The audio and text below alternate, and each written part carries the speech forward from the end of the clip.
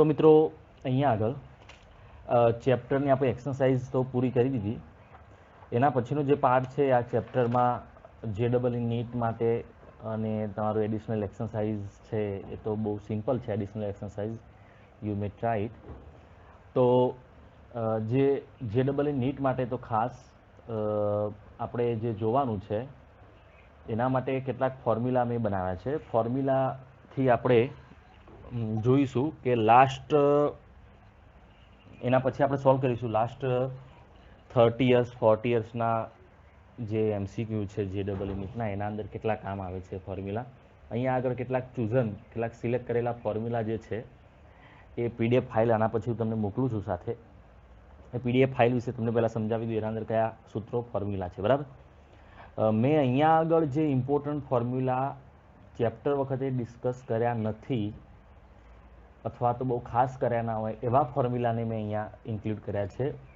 ચેપ્ટરના જે ફોર્મ્યુલા છે આના પહેલાંની PDFમાં સારાંશ સમરીમાં જે મૂકેલા મેં એ સમરીવાળા તો તમારે ખાસ કરવાના છે. એ ફોર્મ્યુલાને મેં અહીંયા જોડેલા નથી.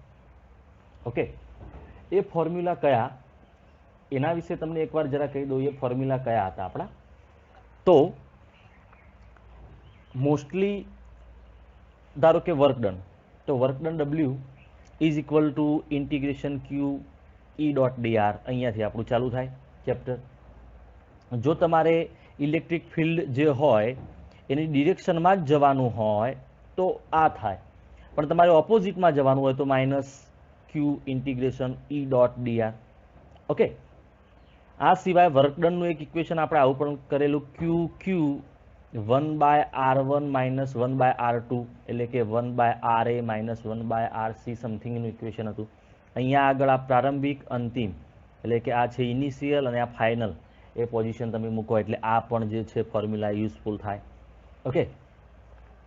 એ પછી આપણે પોટેન્શિયલની વાત કરી હતી. પોટેન્શિયલનો ફોર્મ્યુલા કોઈ પણ P પોઈન્ટ પાસે પોટેન્શિયલ એટલે minus integration E.dr okay infinity to P. આ ફોર્મ્યુલા જે છે એ પ્રમાણે બે પોઈન્ટ્સ વચ્ચેના તમારે પોટેન્શિયલ ફાઇન્ડ કરો -VP - VQ આ રીતે ફાઇન્ડ કરવું છે. તો માઇનસ ઇન્ટિગ્રેશન Q થી P જવાનું છે. Have to move Q to P, so Q to P E.dr. Okay. એ સિવાય મોસ્ટ ઇમ્પોર્ટન્ટ જે હતું VP - VQ is equal to W/Q. Okay. આ બધા ફોર્મ્યુલાની ડિસ્કશન થઈ છે.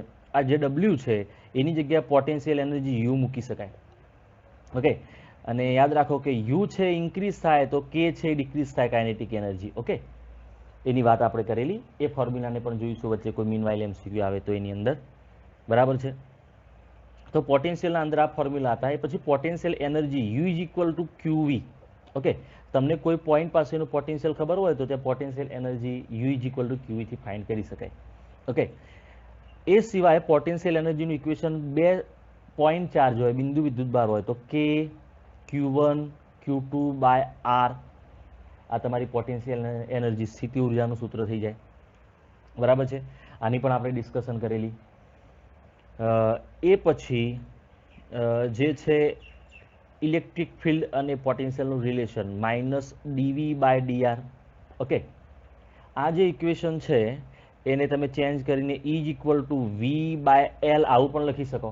જો સ્મોલ પોટેન્શિયલ હોય તો અહીંયા માઇનસ છે એ તમે કાઢીને લખી શકો. માઇનસનો મિનિંગ શું છે? અહીંયા નેગેટિવ મતલબ પોટેન્શિયલ છે ડિક્રીઝ થાય.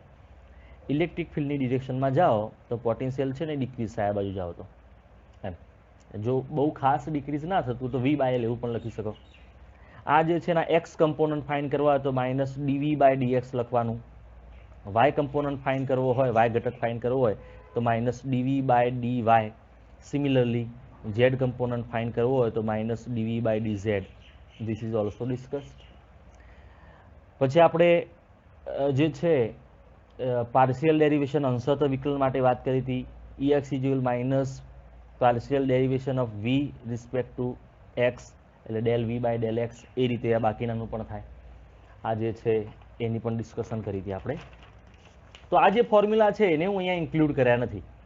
એ તો બેઝિકલી જે છે લાઈક કેપેસિટર જે છે તો એનું સિરીઝ કમ્બિનેશન હોય તો 1/C1 + 1/C2 તો એ ડિસ્કશન હું અહીંયા ફરીથી કરતો નથી કે લેન્થ અહીંયા વિડીયોની વધી જશે. આપણે જે એ સિવાય ઇમ્પોર્ટન્ટ ફોર્મ્યુલા જોવાના છે એના ઉપર આપણે ફોકસ કરીએ. ચલો તો અહીંયા આગળ આ જે છે એના અંદર આઈ હોપ કે તમને ત્યાં ઓકે ક્લિયરલી દેખાય છે. તો ચલો કેપેસિટર અને કેપેસિટન્સ. તો આ પહેલું જે ફોર્મ્યુલા છે એ છે radius of earth is 6400 6400 kilometre છે પૃથ્વીની ત્રિજ્યા.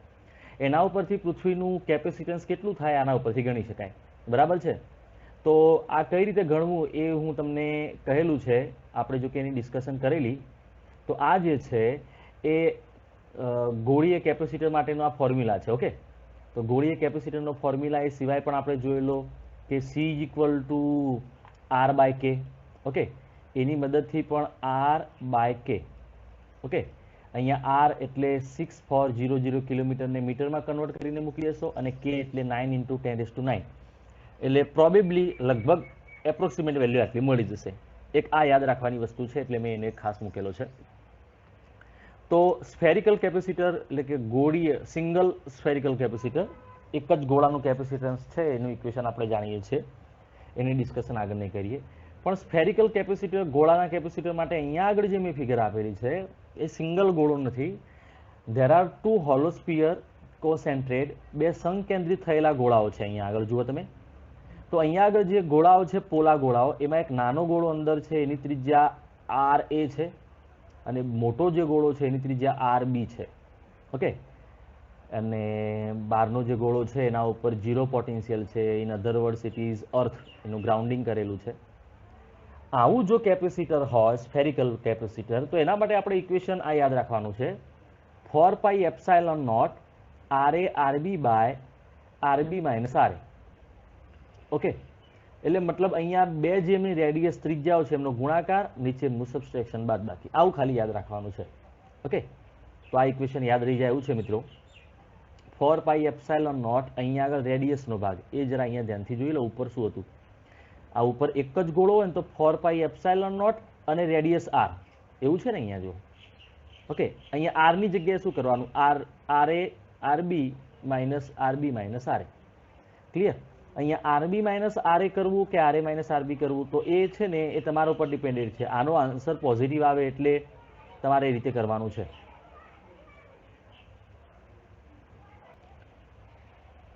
તો આ તમને ખ્યાલ આવી જાય છે RB - RA. ઓકે, અહીંયા આગળ RB - RA તમે જુઓ, બિગર રેડિયસ માઇનસ સ્મોલર, મોટી ત્રિજ્યામાંથી નાની ત્રિજ્યા બાદ કરી.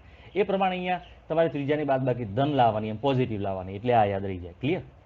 ચલો, તો આ જે છે એની ડિસ્કશન આપણે અહીંયા કેપેસિટરના ઇક્વેશન સુધી કરીશું. ચલો, નેક્સ્ટ છે સિરીઝ ગ્રુપિંગ, એટલે કે શ્રેણી જોડાણ કરેલું હોય.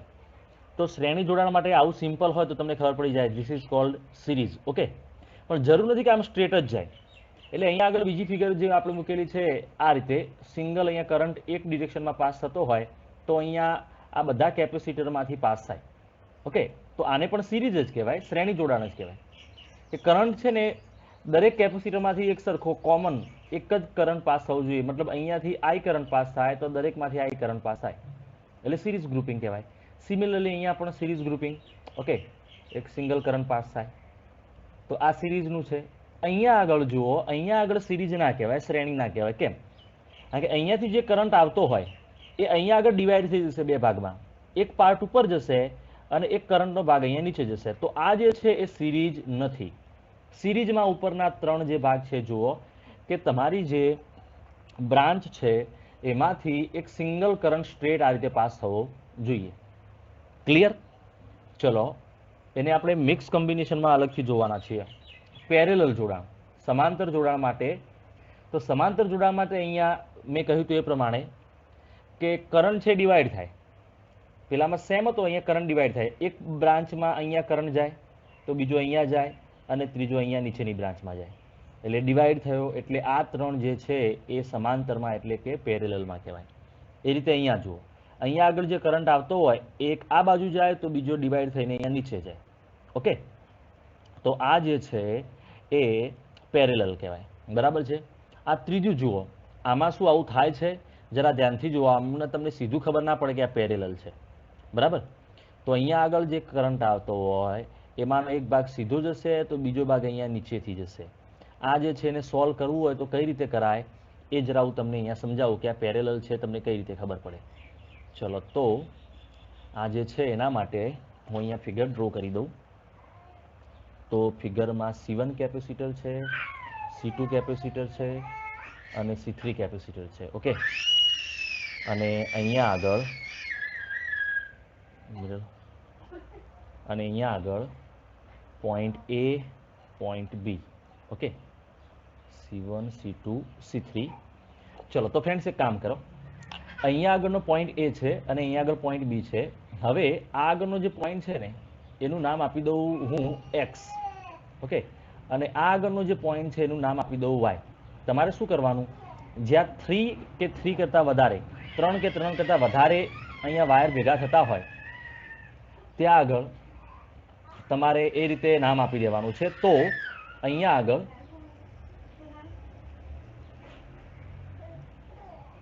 આગળ જો આ જે છે ફિગર સેમ એ રીતે ડ્રો કરી છે મિરલ. તો અહીંયા આગળ આ જે બિંદુ છે એનું નામ આપણે X આપી દઈએ. જો અહીંયા 3 કે 3 કરતાં વધારે એટલે બ્રાન્ચ કહેવાય, ત્યાં આગળ X નામ આપી દઈએ. એ રીતે અહીંયા આગળ હું નામ આપી દઉં Y. ઓકે, તો શું કરવાનું છે તમારે જુઓ ધ્યાનથી. અહીંયા આગળ આનું સોલ્યુશન કરવું હોય તો આ જે એ બિંદુ છે એ સીધું કંડક્ટરથી વાયરથી સીધું કનેક્ટ થયેલું હોય કોની સાથે, તો એ છે સીધું કનેક્ટ થયેલું છે Y સાથે, રાઈટ. મતલબ A અને Y એ સિમિલર પોઈન્ટ કહેવાય. એટલે તમારે અહીંયા આગળ A અને Y આ રીતે લખવાનું છે. ઓકે, ચલો, અહીંયા આગળ જે X છે એ સીધું કોની સાથે કનેક્ટ થયેલો છે, B સાથે, બરાબર. તો અહીંયા આગળ હું પોઈન્ટ લખી દઉં X અને B એ બંને પોઈન્ટ સેમ કહેવાય. ઓકે, તો ફરીથી સમજાવું, એ છે એનું કનેક્શન સીધું થયેલું છે Y સાથે, એટલે A અને Y એ એક જ પોઈન્ટ કહેવાય. X અને B એ પણ સેમ સિમિલર પોઈન્ટ કહેવાય. હવે આ જે C1 કેપેસિટર છે એ કયા બે પોઈન્ટ વચ્ચે છે, તો A અને X વચ્ચે છે. આ કેપેસિટર A અને X વચ્ચે છે ને, તો A અને X વચ્ચે કેપેસિટર બતાવી દો તમે, એનું નામ C1. એ રીતે X અને Y વચ્ચે C2 કેપેસિટર છે, તો અહીંયા X છે અને અહીંયા Y છે, એની વચ્ચે C2 કેપેસિટર. ચલો, તો એની વચ્ચે C2 કેપેસિટર બતાવી દો. ચલો, C3 કેપેસિટર કોના વચ્ચે છે, તો Y અને B વચ્ચે છે. Y અને B વચ્ચે, તો અહીંયા Y છે પોઈન્ટ, અહીંયા Y પોઈન્ટ છે. ઓકે, અને અહીંયા B, તો એમની વચ્ચે C3 કેપેસિટર મૂકી દો. તો તમે જોઈ શકો છો C1, C2, C3 નું કેવું કોમ્બિનેશન થઈ ગયું, સમાંતર જોડાણ થઈ ગયું, એટલે કે પેરેલલ કોમ્બિનેશન થઈ ગયું. બરાબર છે. તો આ જે કનેક્શન છે આને કહેવાય નોડલ એનાલિસિસ.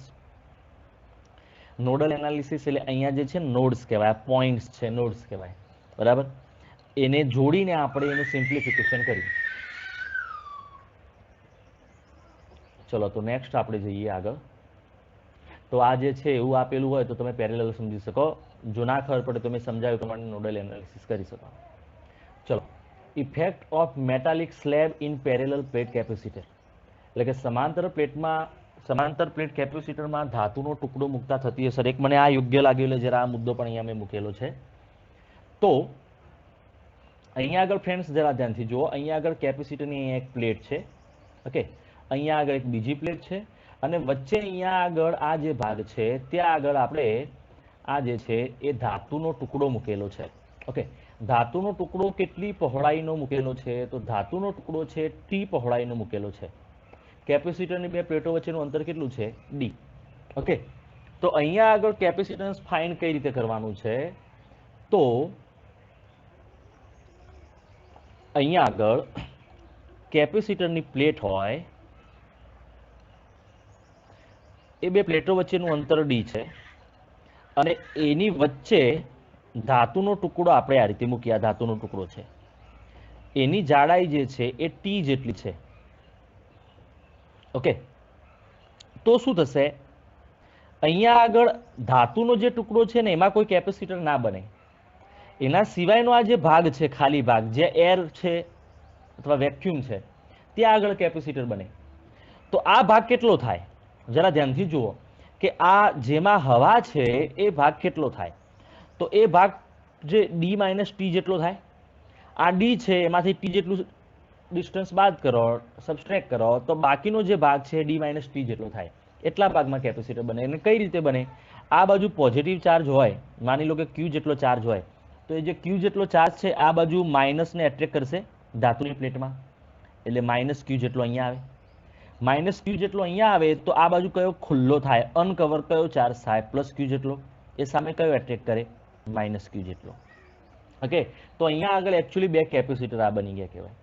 એટલે આ જે હવાવાળો ભાગ છે એમાં કેપેસિટર બની ગયા કહેવાય. તો એ કેપેસિટન્સની વેલ્યુ કેટલી થાય? તો C = epsilon naught A by D તો આપણું જનરલ ઇક્વેશન છે સમાંતર plate capacitor, parallel plate capacitor માટે. પણ અહીંયા ડિસ્ટન્સ કેટલું છે કે જ્યાં એર હોય, વેક્યુમ હોય, તો D - T જેટલું ડિસ્ટન્સ છે ને, તો D - T આ રીતનું કેપેસિટન્સ થઈ જાય. ઓકે, તો આ બહુ સિમ્પલ છે. કેટલો ભાગ ખાલી છે એનું ડિસ્ટન્સ મૂકી દેવાનું. ડન. આ કઈ પ્લેટ મૂકેલી છે? ધાતુનો ટુકડો મૂકેલો છે. Metallic slab is placed between the plates of capacitor. So the remaining parts, you say the vacuum. Okay, so the remaining parts of vacuum which is D - T, તો ડિસ્ટન્સમાં D - T મૂકી દેવાનું છે. ઓકે, એ સિવાયના જે equation છે એમાં જુઓ, V = E naught D - T. Okay, એ કઈ રીતે આવ્યું? તો જુઓ, પોટેન્શિયલ કેટલું હોય બે પ્લેટો વચ્ચે તમારે ફાઇન્ડ કરવું હોય તો આ બે પ્લેટો વચ્ચેનું પોટેન્શિયલ તો ED આપણું ઇક્વેશન છે. ઓકે, ચલો હવે અહીંયા એર છે, જે વેક્યુમ વાળો પાર્ટ છે એનું ઇલેક્ટ્રિક ફિલ્ડ આપણે E નોટ કીધું છે, અને કેટલો ખુલ્લો ભાગ છે તો D - T જેટલો. તો ઇક્વેશન થઈ ગયું. કોના ઉપરથી આવ્યું? V = ED ઉપરથી આવ્યું. ઓકે, E ની જગ્યાએ એર માટે E નોટ લખ્યું, D ની જગ્યાએ D - T જેટલો ભાગ એરનો છે તો D - T. ઓકે, ચલો તો અને સિવાય જે ઇક્વેશન છે અહીંયા કે V = E naught D - T, મેં તમને સમજાવ્યું. અહીંયા D - T એટલે આ જે એર છે, આટલા ભાગમાં એર છે, આટલા ભાગમાં એનું ડિસ્ટન્સમાં આપણે મૂક્યું છે. ઓકે, E ની જગ્યાએ તમે સિગ્મા બાય એપ્સિલોન નોટ મૂકો તો આગળનું ઇક્વેશન થઈ જાય. સિગ્માની જગ્યાએ તમે Q બાય મૂકો તો આગળનું ઇક્વેશન થઈ જાય. તો આવડી જાય એવું છે. ઓકે, યાદ કઈ રીતે રાખવાનું છે? તો you should have to consider the area of vacuum which is in our case D - T might vary in various MCQs. તો અહીંયા તમારે વિચારવાનું છે કે કયા ભાગમાં વેક્યુમ છે, શૂન્યાવકાશ, એનું અંતર મૂકવાનું છે. MCQ પ્રમાણે તમારે વિચારીને મૂકવાનું છે. ચલો આગળ આપણે જોઈએ. Effect of dielectric slab inserted along the length of plate. સમાંતર પ્લેટ કેપેસિટરમાં ડાઇલેક્ટ્રિક દાખલ કરતા થતી હશે. આ વિશે તમને એક ચોખવટ કરી દઉં કે કેપેસિટરની જે પ્લેટો છે એનું કેપેસિટન્સ જ્યારે વેક્યુમ હોય એ વખતે C છે, હાલ હવા છે એ વખતે, અને એનો બધો ભાગ, ટોટલ બધો ભાગ છે એ K જેટલા ડાઇલેક્ટ્રિક કોન્સ્ટન્ટ્સ વાળા મીડિયમથી ભરી દઈએ તો ન્યૂ કેપેસિટન્સ C' = CK થાય. K ટાઈમ્સ ઇન્ક્રીઝ થઈ જાય, રાઈટ? આવું આપણે થિયરીમાં જોઈ ગયા. પણ આવું ક્યારે થાય કે એનો ટોટલ જે એરિયા છે ભરી દો તો. Okay, which is good actually. પણ માની લો કે એમાંનો કોઈ સર્ટેન એરિયા, બધો એરિયા નહીં ભરવાનો, અમુક ભાગ જ તમે ભરો તો શું થાય? એનો ભાગ અહીંયા આપેલો છે. ચલો, તો અહીંયા આગળ જે કેપેસિટન્સ આપેલું છે એમાં અમુક ભાગ જે છે, આગળ આપણે જેમ વાત કરી તેમ અમુક ભાગ T જાડાઈનું ડાઇલેક્ટ્રિક મીડિયમ મૂકીએ. તો T જાડાઈનું ડાઇલેક્ટ્રિક મીડિયમ અહીંયા મૂકીએ. ઓકે, તો કેપેસિટન્સ છે એનું ઇક્વેશન જે છે એ આ રીતે થશે. આ ડિરાઈવ કરવા આપણે નહીં જઈએ કારણ કે that is not our concern. તો અહીંયા આગળ કેપેસિટન્સનું જે ઇક્વેશન છે એ તમારે યાદ રાખવાનું છે. જો કે થિયરી વખતે મેં તમને કહ્યું હતું C = દાખલો ગણાવતી વખતે કહ્યું C = epsilon naught A D - T + T/K. આ જે ઇક્વેશન છે તમારે યાદ રાખવાનું છે. બરાબર છે? તો આનું ડેરિવેશન કરવાની હાલ જરૂર નથી. તો આ તમારે યાદ રાખવાનું છે ક્યારે કે જ્યારે એનો અમુક પાર્ટ જ તમે ડાઇલેક્ટ્રિકથી ભરેલો હોય. અહીંયા આગળ તમે ડાઇલેક્ટ્રિક ભરેલું છે. ઓકે, તો જે બાકીનો ભાગ છે એ એર વાળો જે ભાગ છે એમાં ઇલેક્ટ્રિક ફિલ્ડ E નોટ જેટલું હોય, અને અંદરના ભાગમાં જે ઇલેક્ટ્રિક ફિલ્ડ છે E નોટ બાય K જેટલું હોય. બરાબર? બંનેને કન્સિડર તમારે કરવાનું થાય. યાદ રાખો, આગળ ધાતુનો ટુકડો હતો એટલે અંદર ઇલેક્ટ્રિક ફિલ્ડ 0 હોય. ઓકે, ધાતુનો ટુકડો મેટલ સ્લેબ છે અહીંયા, એના અંદર ઇલેક્ટ્રિક ફિલ્ડ 0 હોય, પણ અહીંયા આગળ ઇલેક્ટ્રિક ફિલ્ડ કે પાર્ટનું હોય, કે પાર્ટનું કેમાં ભાગનું હોય, તો એના ઉપરથી d minus t plus t by K આ પોર્શન એડ થશે. ઓકે, અહીંયા આગળ જુઓ ખાલી આટલું હતું, C equal epsilon D minus T, અહીંયા એક્સ્ટ્રા શું એડ થશે? પ્લસ ટી બાય કે. ઓકે, ચલો, તો એક ખાસ ઇમ્પોર્ટન્ટ પાર્ટ હતો જેની ડિસ્કશન કરવી આપણા માટે ઇમ્પોર્ટન્ટ હતી. નેક્સ્ટ આપણે આગળ જઈએ તો જે આપણો મોસ્ટ ઇમ્પોર્ટન્ટ પાર્ટ છે, જેને આપણે મોસ્ટ ઇમ્પોર્ટન્ટ કેમ અહીંયા કહું છું, જો કે આ ફ્રિકવન્ટલી એક્ઝામ્સમાં આવે છે, ઇવન આપણી બુકના એક્ઝામ્પલમાં પણ હતું, અને એને હું ખાસ મોસ્ટ ઇમ્પોર્ટન્ટ લેબલ કેમ કર્યો એનો ટેગ, કારણ કે અહીંયા આગળ તમારે ઇક્વેશન યાદ રાખવાનું છે કે જેથી લગભગ આપણો 80% ઇફોર્ટ દાખલો ગણવામાં ઓછો થઈ જશે, અને ગણતરી આન્સર નક્કી કરવામાં તો 90% તમારી મજૂરી ઓછી થઈ જશે, તમારો ઇફોર્ટ ઓછો થઈ જશે, અને તમે ઇઝીલી આ છે કન્ક્લુડ કરી શકો. બરાબર છે? કઈ રીતે? તો અહીંયા જાઓ. Two capacitors C1, C2 charged to potential V1 and V2 are connected as shown. So their similar plates are connected to each other. Okay. અને આ રીતે કેપેસિટર કનેક્ટ કરો તો એનું કોમન કેપેસિટર વોલ્ટેજ છે કેટલો થશે એ જરા હું અહીંયા ડ્રો કરીને તમને સમજાવું. કે બે કેપેસિટર હોય, one of these two is C1, એના ઉપર ઓલરેડી ચાર્જ છે એટલે એનું પોટેન્શિયલ છે માની લો કે V1. ઓકે, બીજું એક કેપેસિટર છે, એનું કેપેસિટન્સ C2 છે, એના ઉપર પણ ચાર્જ છે, ઓકે, પ્લસ માઇનસ, અને એનો પોટેન્શિયલ છે V2. આ રીતે પહેલા બંનેને ચાર્જ કરેલી છે, અને હવે તમે એને કનેક્ટ કરો, આ રીતે કનેક્ટ કરો. ઓકે, કનેક્ટ કઈ રીતે કરવાની છે કે પ્લસ પ્લેટ એ પ્લસ પ્લેટ સાથે કનેક્શનમાં આવે, અને માઇનસ પ્લેટ છે માઇનસ સાથે કનેક્શનમાં આવે. આ કેસની વાત છે, કેસ 1, કે પ્લસનું કનેક્શન પ્લસ સાથે, માઇનસનું માઇનસ સાથે. તો શું થાય? તો ફ્રેન્ડ શું થાય કે બે કેપેસિટર જે C1 C2 છે, તમે બે વોટર ટેન્ક પાણીની ટાંકી હોય, ઓકે, અહીંયા આગળ એક નાની છે એક મોટી છે, એને તમે એના ઉપર એના અંદર પાણી ભરેલું છે આ રીતે અલગ અલગ લેવલ સુધી, અને તમે એને કનેક્ટ કરો તો શું થાય? તો સિમ્પલ તમે શું કહેશો કે બંનેના અંદર સેમ પાણીનું લેવલ આવી જાય ત્યાં સુધી પાણી એકમાંથી બીજામાં ટ્રાન્સફર થાય, આવું થશે. તો એ રીતે અહીંયા આગળ અલગ અલગ વેલ્યુના કેપેસિટર છે, તમે કનેક્ટ કરો તો બંનેના વોલ્ટેજ સેમ થાય, જેમ અહીંયા હાઇટ સેમ થાય ને પાણીની, ત્યાં સુધી પાણી ટ્રાન્સફર થાય. એ રીતે અહીંયા બંનેના વોલ્ટેજ સ્થિતિમાન સરખા થાય ત્યાં સુધી એકમાંથી ચાર્જ બીજામાં આવે, અને બંનેના સ્થિતિમાન સરખા થઈ જાય ત્યાં સુધી વિદ્યુતભાર એકમાંથી બીજામાં આવે. ખબર પડી ગઈ? હંમેશા યાદ રાખો કે બે કેપેસિટરને તમે કનેક્ટ કરો તો એમના વોલ્ટેજ સરખા થાય ત્યાં સુધી એકમાંથી ચાર્જ બીજામાં આવે. When you connect two charge capacitor, charge transferred to other capacitor until potential becomes equal. તો બંનેનો ઇક્વલ પોટેન્શિયલ કેટલો થાય? સરખો કેટલો થાય? તો V is equal to C1 V1 plus C2 V2 by C1 plus C2. આ ઇક્વેશન યાદ રાખવાનું છે. Okay, C1 V1 plus C2 V2 by C1 plus C2. Okay, ચલો ભૂલી જાઓ તો એના માટે પણ આપણી જોડે એક રસ્તો છે. જો આ જે છે એના માટે આવું લખી શકાય, V is equal to આના ઉપર ચાર્જ Q1 હોય, આના ઉપર ચાર્જ Q2 હોય, તો આપણે આ રીતે લખી શકીએ. V is equal to શું ઇક્વેશન છે? V is equal to Q by C, right? આ ઇક્વેશન છે. તો Q1 plus Q2 total system માટે બાય એનું આમ પેરેલલ કોમ્બિનેશન કહેવાય, સમાંતર જોડાણ એક રીતે કહેવાય. તો C1 પ્લસ C2 આ રીતે લખાય.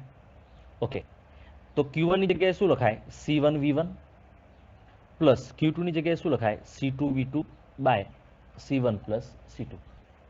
તો ઇક્વેશન આપણું થઈ ગયું. ઓકે, ચલો, તો આ ઇક્વેશન જે છે એને યાદ કરો કે આપણા બુકના અંદર જે એક્ઝામ્પલ હતું એમાં શું કરેલું કે એક કેપેસિટર ચાર્જ કરેલું છે 900 પિકોફેરાડે સમથિંગ એક વેલ્યુ હતી, એને બીજા ચાર્જ જે અનચાર્જ કેપેસિટર સાથે કનેક્ટ કરવામાં આવે તો કેટલી એનર્જી થાય ને એવો સમ હતો, યાદ છે? તો માની લો કે આ કેપેસિટર છે એના ઉપર કોઈ ચાર્જ નથી અને આને તમે કનેક્ટ કરો, ચાર્જ કેપેસિટરને આની સાથે કનેક્ટ કરો તો શું કરવાનું? તો V is equal to C1 V1, આ જે છે એના ઉપર પહેલા ઓલરેડી કોઈ ચાર્જ નથી અને તમે કનેક્ટ કરો તો આ વોલ્ટેજ 0 થાય.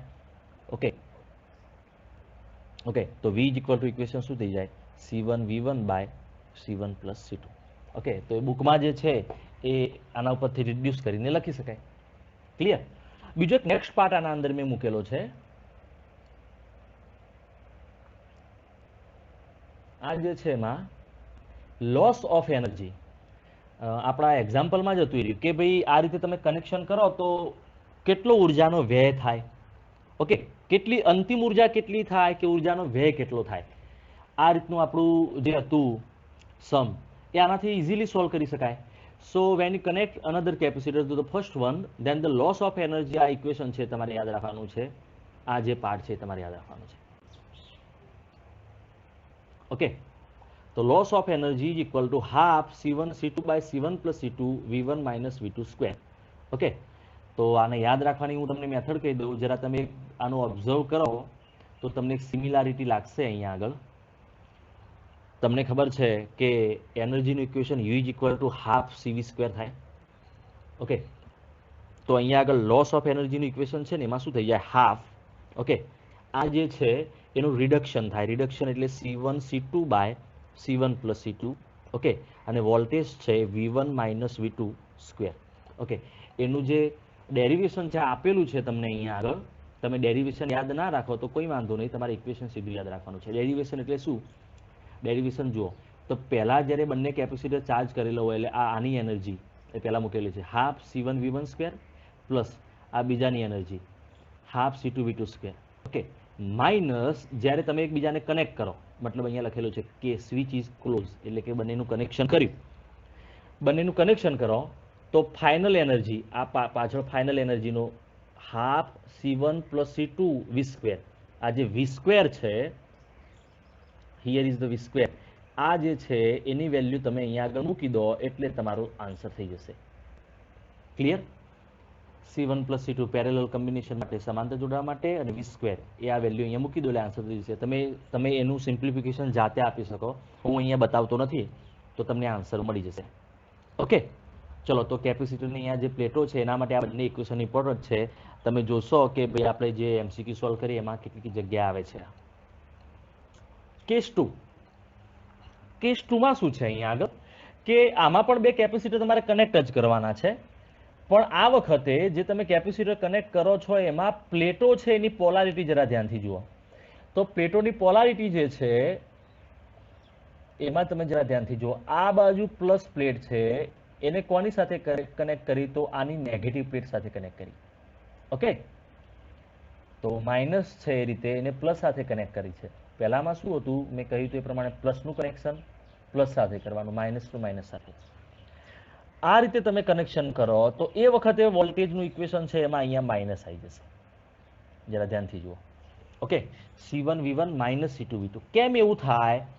તો અહીંયા આગળનું પ્લસ છે એ અહીંયા આગળના માઇનસને નીલ કરે, મતલબ પ્લસ ને માઇનસ ભેગા થાય તો એ 0 થઈ જાય. તો જેટલા પ્લસ ને માઇનસ 0 થાય એટલા 0 થઈ જશે, બાકીનો ચાર્જ કેપેસિટર પર રહેશે. આવું કનેક્શન કરવું હિતાવહ નથી. It is not preferable, not recommended.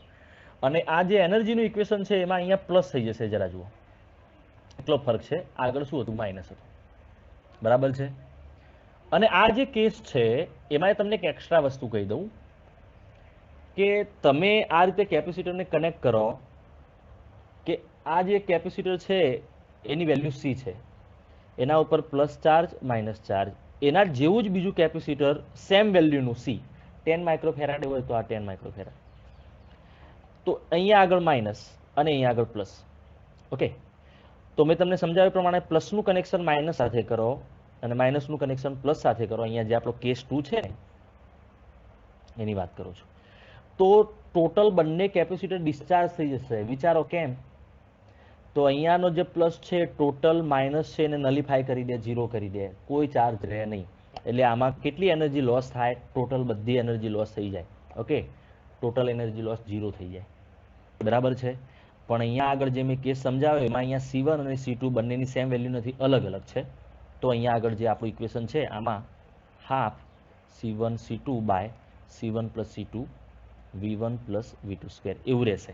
બાકી જો બંનેની વેલ્યુ સેમ હોય તો ટોટલ એનર્જી 0 થઈ જાય. Okay, must not this point.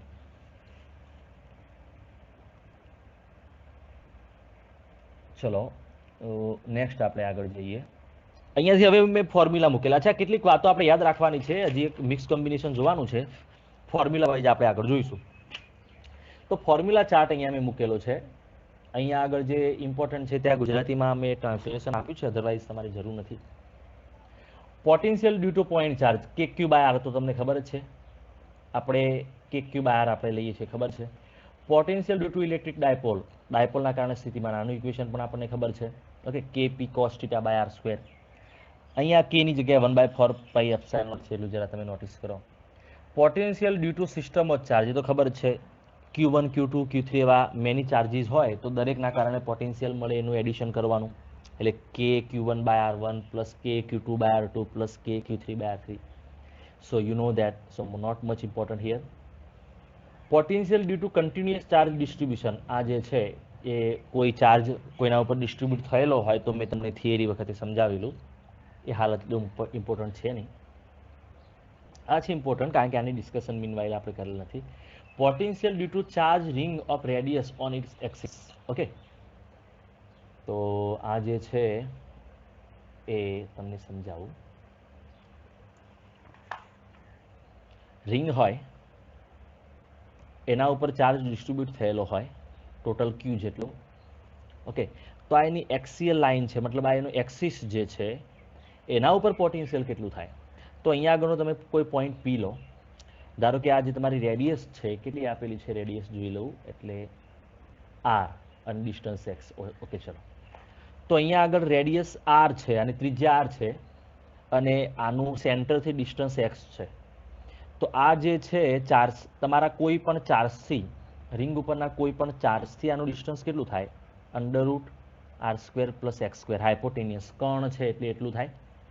એને તમે મૂકી દો એટલે તમારું ઇક્વેશન બની ગયું. તો જુઓ અહીંયા આગળ શું થઈ ગયું ઇક્વેશન આપણું? V = K, આ છે K, Q બાય R. આરની જગ્યાએ ડિસ્ટન્સ શું મૂકવાનું? કર્ણ, હાઇપોટેનિયસ, એટલે √r² + x². એટલે યાદ રહી જાય એવું છે, બરાબર છે. તો એ જે ઇક્વેશન છે V = K, કેટલો ચાર્જ છે અહીંયા?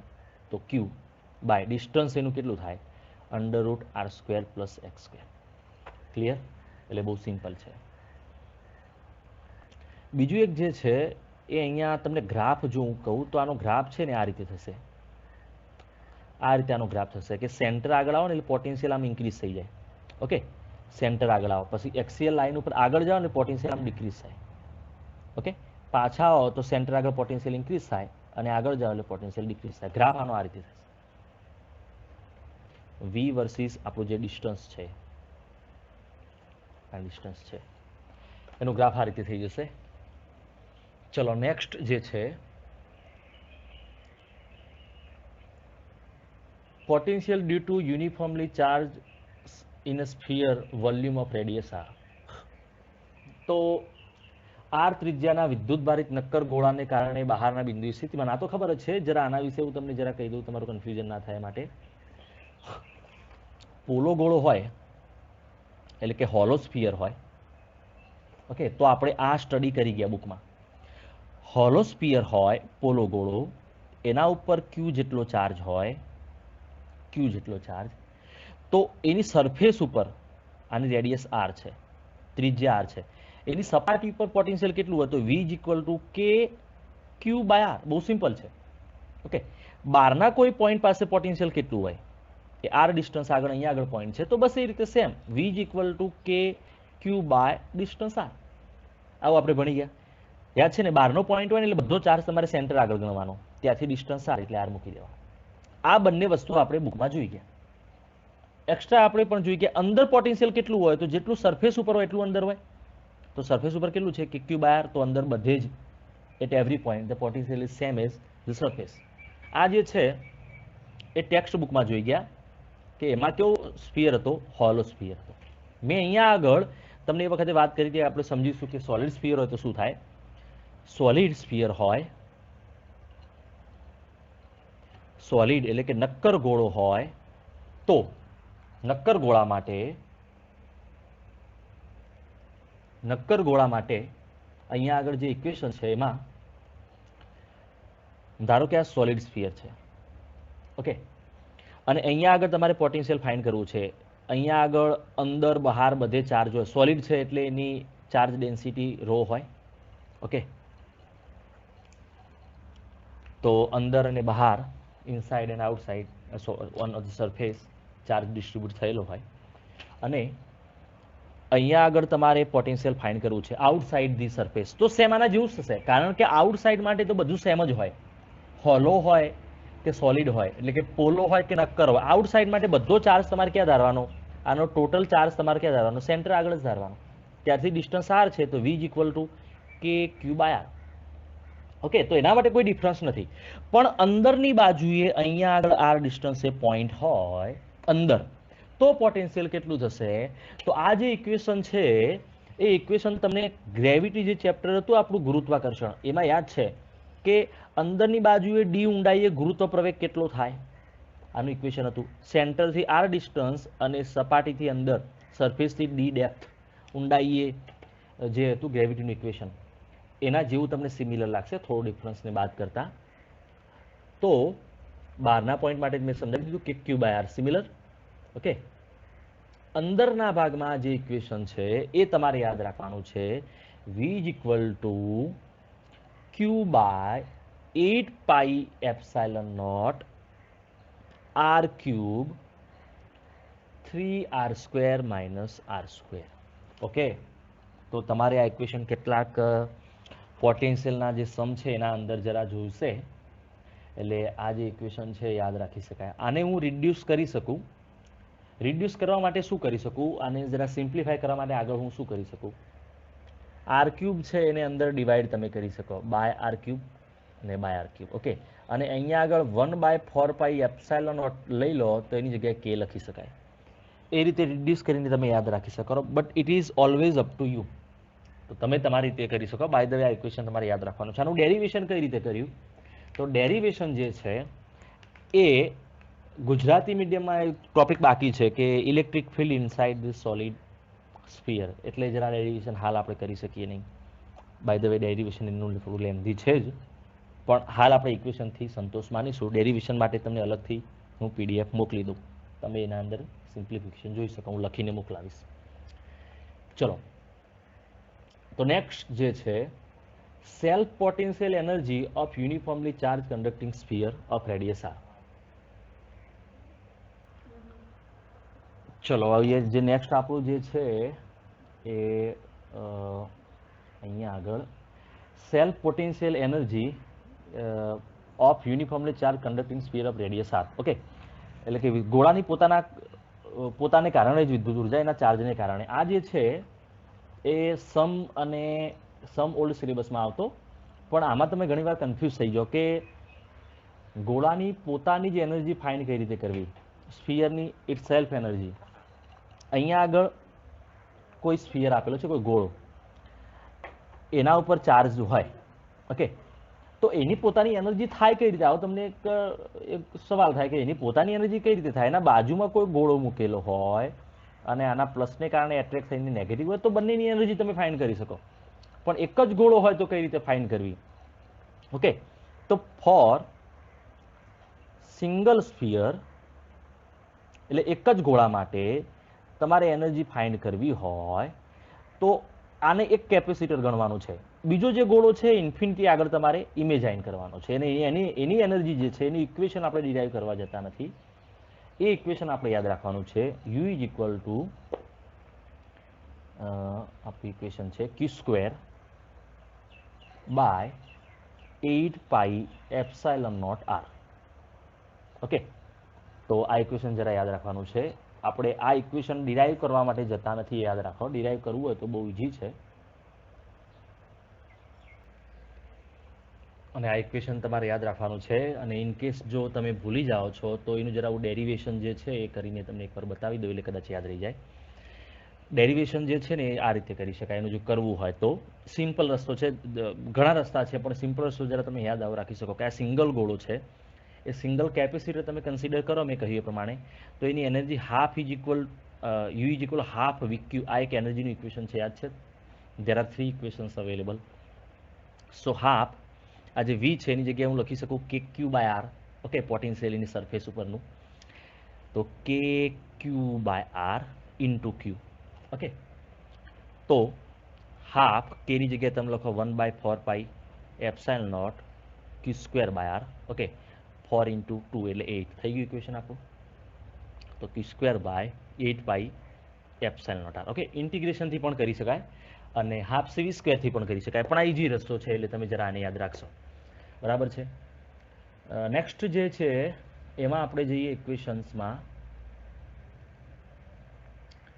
તો force between parallel plates is F is equal to q square by 2 pi epsilon naught. એટલે બે પ્લેટ વચ્ચે લાગતું બળ, આ પણ બહુ ઇમ્પોર્ટન્ટ છે. કેપેસિટરની બે પ્લેટ વચ્ચે લાગતું ફોર્સ કેટલું હોય, ઓકે. તો જો ઇક્વેશન અહીંયા આપેલું છે, બાય ધ વે ના યાદ રહે તો હું તમને અહીંયા સહેલું જ કેલ્ક્યુલેશન કહું, આપણે બહુ લેન્ધી કેલ્ક્યુલેશન કરવું નથી. તો એનું સહેલું કેલ્ક્યુલેશન ધારો કે હું કરવા જાઉં તો કેપેસિટરની પહેલાં તો તમને સમજાવી દઉં ફોર્સ કઈ રીતે લાગે. પ્લસ અને માઇનસ હોય તો આ પ્લસ પ્લેટ છે આ નેગેટિવ ઉપર ફોર્સ ઇમ્પ્લાય કરવાનું, એ રીતે માઇનસ છે આના ઉપર ફોર્સ ઇમ્પ્લાય કરવાનું, ઓકે. બંને સેમ ફોર્સ હોય એટલે કોઈ પણ એક ફોર્સ તમે કેલ્ક્યુલેટ કરી શકો. Force due to positive plate on the negative plate, ધન વિદ્યુતભારિત પ્લેટને કારણે ઋણ વિદ્યુતભારિત પ્લેટ ઉપર લાગતું ફોર્સ, આવી આપણું કેલ્ક્યુલેશન કરીએ. ચલો, તો હું ઇઝી કેલ્ક્યુલેશનની વાત કરું છું. તો આનું જે કેલ્ક્યુલેશન છે એ આપણે ચાલુ કરીએ. માની લો કે W is equal to F D લખી શકાય, રાઈટ? એનર્જીનું આપણા વર્કનું ઇક્વેશન, ઓકે. W એટલે એનર્જી કહેવાય, એટલે U is equal to F D પણ લખી શકાય, પોટેન્શિયલ એનર્જી. જેટલું વર્ક ડન હોય એટલી પોટેન્શિયલ એનર્જી હોય, એવું આપણે વિચારીને આગળ ચાલીએ કેપેસિટર માટે. તો U is equal to half CV square is equal to F into d, right? So F is equal to half CV square by d. ચલો, એક આ ઇક્વેશન થયું, બરાબર. કેટલા ઇક્વેશન થાય પણ તમને આગળ સમજાવું છું. ચલો, આગળ આપણે વેલ્યુ મૂકીએ. So F is equal to half સીની જગ્યાએ તમે લખી શકો epsilon naught A by D into V square by D. સીની જગ્યાએ મેં વેલ્યુ મૂકી, okay. Epsilon naught A by D, આ વી સ્ક્વેર બાય ડી છે. So F is equal to half epsilon naught A V square by D square, okay. But V by D is equal to E, તો V square by D square એટલે E square. તો F is equal to half epsilon naught A, અને અહીંયા આગળ શું લખી શકાય? E square. Clear? આ પણ એક ઇક્વેશન હજી બની જાય, બરાબર છે. બીજા ઇક્વેશન બનાવવા હોય તો હજી આગળ જુઓ. F is equal to half સીની જગ્યાએ એવું લખી શકાય ક્યુ બાય વી. આમાં આ જે ઇક્વેશન છે એમાં હાફ સીની જગ્યાએ Q by V, V square by D, okay. V છે એને કેન્સલ કરો તો હાફ એક વી છે એને કેન્સલ કરો, વી ક્યુ બાય ડી. ચલો, આ પણ એક ઇક્વેશન બની જાય, ઓકે. તો ઘણા બધા રસ્તા છે, આમાં અલગ અલગ વેલ્યુ મૂકો એમ તમને ઇક્વેશન મળતા જાય, બરાબર છે. અહીંયા આગળ જે ઇક્વેશન આપેલું છે એ કયું છે જરા જોઈ લઈએ આપણું ઇક્વેશન. તો અહીંયા છે Q square by 2a epsilon naught. અહીંયા આગળનું આપણું ઇક્વેશન છે Q square by 2a epsilon naught. ચલો, તમે હવે વિચારજો કે આ ઇક્વેશન કઈ રીતે ઓબ્ટેન કરવું, બરાબર. આપણી જોડે જે રસ્તા છે એમાં કોઈ પણ જગ્યાએ તમે વેલ્યુ મૂકશો એટલે આ ઇક્વેશન તમે ઓબ્ટેન કરી શકશો. મેં તમને બતાવી એ પ્રમાણે અલગ અલગ જગ્યાએ અલગ અલગ વેલ્યુ મૂકી શકાય, ઓકે. અને મીન વાઇલ તમે તો આ છે હું તમારા ઉપર છોડી દઉં કે આ ઇક્વેશન તમે કઈ રીતે ઓબ્ટેન કર્યું, કે એક કામ કરો આપણે સોલ્યુશન જ કરીએ. ચલો, એનું કેલ્ક્યુલેશન જરા હું અહીંયા અલગથી કરું. એક કેપેસિટરની પ્લેટ ઉપર પોઝિટિવ ચાર્જ હોય તો એ જે છે એ બીજી પ્લેટ ઉપર ફોર્સ એપ્લાય કરે, ઓકે. બીજી પ્લેટ ઉપર નેગેટિવ ચાર્જ છે એટલે ફોર્સ એપ્લાય કરે. ચલો, આ બંને ઉપર સેમ ચાર્જ હોય, ઓકે. તો આ જે સેકન્ડ પ્લેટ છે એ ફર્સ્ટ પ્લેટના ઇલેક્ટ્રિક ફિલ્ડમાં છે એટલે ફોર્સ લાગે. તો ઇલેક્ટ્રિક ફિલ્ડમાં ફોર્સનું ઇક્વેશન યાદ છે, એફ ઇઝ ઇક્વલ ટુ ક્યુ ઈ આપણું છે. તો એફ ઇઝ ઇક્વલ ટુ ક્યુ ઈની જગ્યાએ તમારે એક પ્લેટ છે એને કારણે ઇલેક્ટ્રિક ફિલ્ડ તમે ગણવા જાઓ તો sigma by 2 epsilon naught due to a single plate, okay. આ જે ઇક્વેશન છે આપણે જોઈ ગયેલા છીએ. તો F is equal to Q sigma જે છે એની જગ્યાએ તમે લખી શકો Q by A, okay, into 2 epsilon naught. એટલે q²/2ε0 a. તો આપણા જે ઇક્વેશન થઈ ગયું, બરાબર છે. તો આ ઇઝી કેલ્ક્યુલેશન મેં તમને અહીંયા બતાવી, એ પ્રમાણે તમે એને વિચારી શકો, રાઈટ. હવે આ બે પ્લેટો વચ્ચે લાગતું બળ છે, આ જરા ઇમ્પોર્ટન્ટ છે, યાદ રાખજો. કઈ રીતે ડિરાઈવ કરવા એના ઇક્વેશન, આ ઇક્વેશન ડિરાઈવ કઈ રીતે કર્યું એ સિવાયના આગળના જે ઇક્વેશન હતા એ મેં તમને શીખવાડ્યું છે, હું PDF તમને મોકલું છું. ચલો પછી જે નેક્સ્ટ પાર્ટ છે, અહીંયા આગળ કેટલાક ઇમ્પોર્ટન્ટ જે છે પોઈન્ટ્સ એ યાદ રાખવાના છે. તો except for spherical surface, the charge is not distributed uniformly on the surface of conductor at sharp outer surface charge density is higher. આ એક વસ્તુ સમજાવવા માટે મેં મૂકેલી છે કે જો તમારો ગોળો હોય, લાઈક સ્ફિયર, ઓકે, ગોળો હોય, તો એના ઉપર જે ચાર્જ, જે તમારો વિદ્યુતભાર છે એ હંમેશા એક સરખો પથરાય, આવું મેં તમને કહેલું, ઓકે. એની ચાર્જ ડેન્સિટી સરખી હોય. પણ ગોળો ના હોય અને આવો કોઈ બીજો આકાર હોય તો ત્યાં આગળ વિદ્યુતભાર એક સરખો પથરાશે નહીં. Means the charge density will not be uniform everywhere. જ્યાં આગળ શાર્પ ભાગ છે, અણુવાળો ભાગ છે, ત્યાં આગળ ચાર્જ હંમેશા અહીંયા આગળ વધારે હોય, ઓકે. તો અહીંયા આગળ σ1 એની વેલ્યુ વધારે હોય અહીંયા આગળના σ2 કરતા, okay. σ1 will be higher, greater than the σ2. તો યાદ રાખો કે અણીવાળો ભાગ હોય આ રીતે, ઓકે, તો ચાર્જ આ અણીવાળા ભાગ આગળ વધારે હોય એટલે ઇલેક્ટ્રિક ફિલ્ડ પણ ત્યાં વધારે હોય, આ યાદ રાખવાનું છે. નેક્સ્ટ છે if the outer shell is earth. અહીંયા આગળ જે છે એનું એક્સપ્લેનેશન આપી દઉં. અહીંયા આગળ બે પોલા ગોળાઓ છે, એક મોટા ગોળાની અંદર નાનો ગોળો, એમના કેન્દ્રો એકબીજા ઉપર સંપા થાય એ રીતે અહીંયા મૂકેલા છે, ઓકે. તો આ કેસમાં જો તમે બહારનો જે ગોળો છે એનું ગ્રાઉન્ડિંગ કરી દો, અર્થિંગ કરી દો, મતલબ શું કે ત્યાં આગળ ઝીરો પોટેન્શિયલ અથવા નેગેટિવ પોટેન્શિયલ ગણવાનું, ઓછું ગણવું એટલે ઝીરો ગણાય અથવા નેગેટિવ ગણાય, ઓકે, ધ લોઅર પોટેન્શિયલ. તો ત્યાં આગળ હંમેશા લોઅર પોટેન્શિયલ હશે અને જે અંદરનો જે સ્ફિયર છે એના આગળ હાયર પોટેન્શિયલ, પોઝિટિવ પોટેન્શિયલ હશે, ઓકે. સો અહીંયા લખેલું છે if the outer shell is earth then the free charge on the outer surface go to earth but inner charge remains bounded to the charge on the inner cell so that the potential of the outer cell is connected to the earth become zero. તો મેં સમજાવ્યું પ્રમાણે આ રીતે બે ગોળાઓ મૂકેલા હોય અને બહારનો જે છે એ ગોળાનું તમે ગ્રાઉન્ડિંગ, અર્થિંગ કરો તો અહીંયા આગળ જે અર્થિંગ કરેલું છે, અર્થની સાથે કનેક્ટેડ હોય ને, પૃથ્વી સાથે ગ્રાઉન્ડિંગ જેનું કરેલું હોય એના સાથે હંમેશા નેગેટિવ ચાર્જ લેવાનો અથવા ઝીરો પોટેન્શિયલ લેવાનો. તો અંદરના ગોળા ઉપર પ્લસ રહે અને બહાર જે છે માઇનસ રહે. અહીંયા આગળ સેમ એ રીતે ગોળાઓ છે પણ આ વખતે કોઈનું અર્થિંગ કરેલું નથી, ઓકે. સો અંદરના ગોળા ઉપર કોઈ ચાર્જ આવશે નહીં. જે છે બહારના ગોળા ઉપર ચાર્જ તમે મૂકો એટલે એ પોઝિટિવ ચાર્જ એમના એમ રહેશે, અંદર ઉપર કોઈ ચાર્જ આવશે નહીં, ફ્રેન્ડ્સ યાદ રાખો, ઓકે. જ્યારે તમે કોઈ અર્થિંગ કરેલું ના હોય તો, ઓકે. પેલામાં અર્થિંગ કરેલું હોય તો અર્થમાંથી ચાર્જ તમારો અહીંયા આવતો રહે, એ પોસિબિલિટી અહીંયા છે નહીં.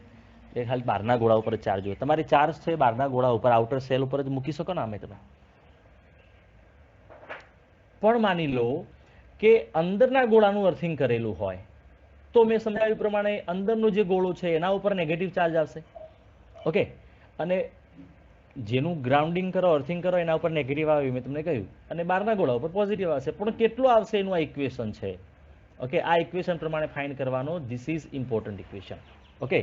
ઇક્વેશન બહુ ઇમ્પોર્ટન્ટ છે અને યાદ રાખવા માટે બહુ સિમ્પલ છે, માટે અહીંયા મેં અલગથી લખેલું છે Q2/Q1 = -R2/R1. તમારે આટલું યાદ રાખવાનું છે વેલ્યુ માટે. Q2/Q1 = R2/R1. માઇનસ કેમ? કારણ કે ઓપોઝિટ પોલારિટીનું આવે એટલે. ચલો આ જે છે એ તમે જરા વાંચી લેશો એટલે ખબર પડશે કે બે ગોળાઓ છે. અંદરનો જે સ્ફિયર છે ગોળો, એની રેડિયસ ત્રિજ્યા R2 છે અને એના ઉપર Q2 ચાર્જ છે. જે બહારનો મોટો બિગર સ્ફિયર છે એની રેડિયસ R1 છે અને ચાર્જ એના ઉપર Q1 છે. તો અહીંયા આગળ મેં અલગ અલગ point, like point A, like અંદરનો પોઈન્ટ B અને અહીંયા આગળ પોઈન્ટ C, ત્યાં આગળ ઇલેક્ટ્રિક ફિલ્ડ અને પોટેન્શિયલ કેટલા હોય એ તમને સમજાવ્યું છે મેં અહીંયા આગળ, બરાબર. તો આ જે છે સમજવા માટે તમારે ખાલી હું અહીંયા સમજાવવા માટે આ જો આ ભાગ છે એ તમને આવડે એટલો તૈયાર કરજો, કારણ કે ગુજરાતી મીડિયમમાં ગોળાના અંદર ઇલેક્ટ્રિક ફિલ્ડ બાકી છે. બાકી પોટેન્શિયલ વાળો જે ભાગ છે એ તો મેં ડિસ્કસ કરાવી દીધેલો ભણાવતી વખતે, બરાબર છે.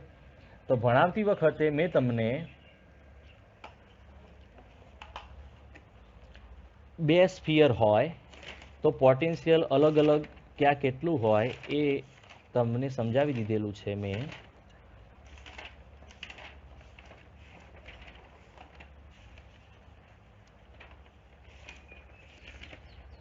તો તમારી જોડે આ પીડીએફ ને બધું વગેરે હશે એટલે તમે એના ઉપરથી એ કન્ક્લુડ કરી શકશો. અહીંયા આગળ આ જે આપણે ભણેલા એમાં અહીંયા આગળ મેં સમજાવેલું છે. ઓકે, આ તમે કહેલું કે આવે એમસીક્યુ આવે, એમાં બે ગોળાઓ મૂકેલા હોય તો પોટેન્શિયલ કઈ રીતે ફાઇન્ડ કરવું. ઓકે, આઈ હોપ કે તમને ખ્યાલ આવી જશે. આમાં ખ્યાલ ના આવે આ ટોપિકમાં તો તમારે મને ઇન્ડિવિજ્યુઅલી પૂછી લેવાનું છે. આઈ વુડ લાઈક ટુ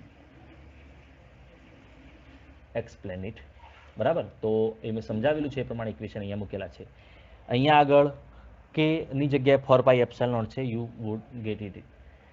તો એની હું ડિસ્કશન કરતો નથી. ચલો, અહીંયા આગળ આ જે ઇક્વેશન છે મોસ્ટ આઈએમપી ઇક્વેશન છે તમારે સોલ્વ કરવા માટે. બરાબર છે. આ ઇક્વેશન શું કહે છે એવું તમને સમજાવું. તો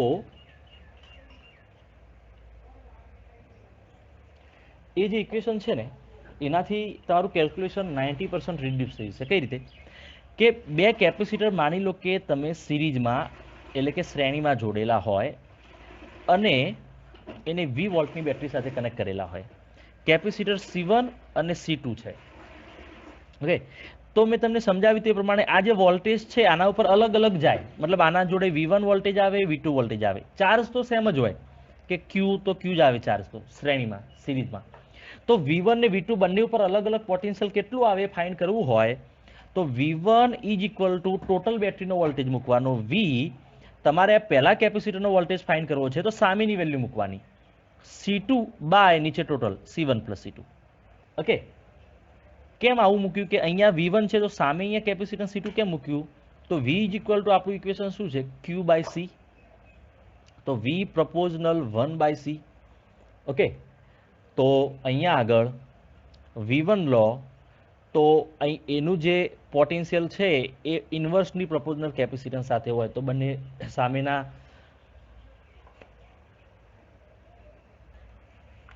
એટલે V1 મૂકો તો અહીંયા C2 મૂકવાનું છે. એ રીતે તમારે આનો પોટેન્શિયલ ફાઇન્ડ કરવો હોય તો સિમ્પલ રીતે opposite V2 is equal to total battery V, સામેનું કેપેસિટન્સ મૂકવાનું C1 by C1 plus C2. Okay, તો વોલ્ટેજ માટે અહીંયા V1 મૂકો તો અહીંયા C2 આવે, બીજું જે કેપેસિટર હોય એની વેલ્યુ આવે. એ પ્રમાણે ચાર્જમાં જુઓ તમે, ચાર્જનું જે ઇક્વેશન છે એમાં જુઓ તમે. ઓકે, અહીંયા આવે તો એ જે છે એની અંદર શું કરવાનું છે તો ચાર્જ જે છે એ સમાંતર જોડાણનું કેપેસિટરનું જોડાણ હોય ને તો વેચાય, એટલે કે પેરેલલ કોમ્બિનેશનમાં ચાર્જ છે એ ડિસ્ટ્રીબ્યુટ થાય.